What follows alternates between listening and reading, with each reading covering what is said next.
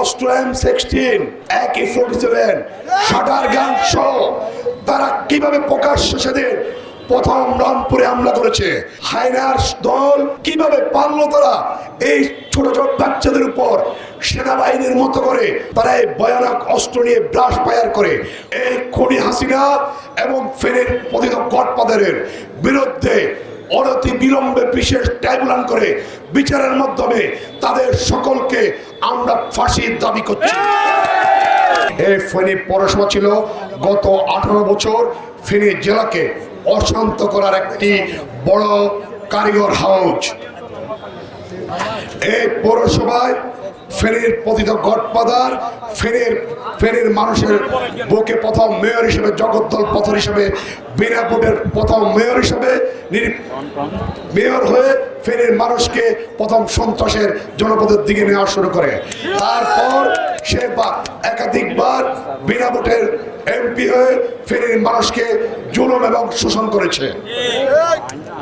আপনারা জানেন দীর্ঘ 18 বছর বাংলাদেশে একটি অনির্বাচিত সরকার জগদ্দলের পাথরের মতো আমাদের বুকের উপর চেপে বসে এই দেশকে শাসনের নামে শোষণ করেছে। এখানে এই বাংলাদেশের দুটি শ্রেণীর মানুষ ছিল, একটি ছিল শাসক, আমরা ছিলাম শোষিত। শাসক এবং শোষিত ছাড়া দ্বিতীয় কোনো মানুষ এই দেশে ছিল না। আমরা শোষিত হতে হতে 18 বছর যাবৎ আমরা আমাদের পরিবার হারিয়েছি, আমাদের সন্তানদেরকে হারিয়েছি, আমাদের মা বাপকে হারিয়েছি। আমরা বছরের পর বছর বিনিদ্র জীবন যাপন করেছি। আমাদের এমন অনেক সহকর্মী আছেন যিনি তার 10 বছর 15 বছরের বাড়ি ফিরতে পারেননি। অনেক সন্তানকে, অনেক ছেলে জন্ম হয়েছে যখন তার বাবার সাথে দেখা হয়েছে, সে যখন পূর্ণ যুবক হয়ে গেছে তখন এর মধ্যে বাবার সাথে পূর্ণাঙ্গ কথা বলার সুযোগ পাননি। প্রিয় উপস্থিতি, আমরা এমন ফেনী চাই না যে ফেনী সন্ত্রাসের জনপদ হবে। আপনারা জানেন ফেনীতে 4 আগস্ট এই ফেনী পৌরসভায় ফেনীর 43টি আওয়ামী লীগের চেয়ারম্যান তাদের লাইসেন্স করা বৈধ অস্ত্র এবং অবৈধ অস্ত্র নিয়ে ফেনীতে আমরা সেদিন দেখেছি বাণীগড় সুশান, তার বাবলু সহ অনেক অসংখ্য ভিডিও ফুটেজ মানুষের সামনে আজকে বিভিন্ন সামাজিক যোগাযোগ মাধ্যমে আছে। ভয়ানক অস্ত্র M16, AK-47, শাটার গান সহ তারা কিভাবে প্রকাশ্য সেদিন প্রথম রামপুরে হামলা করেছে।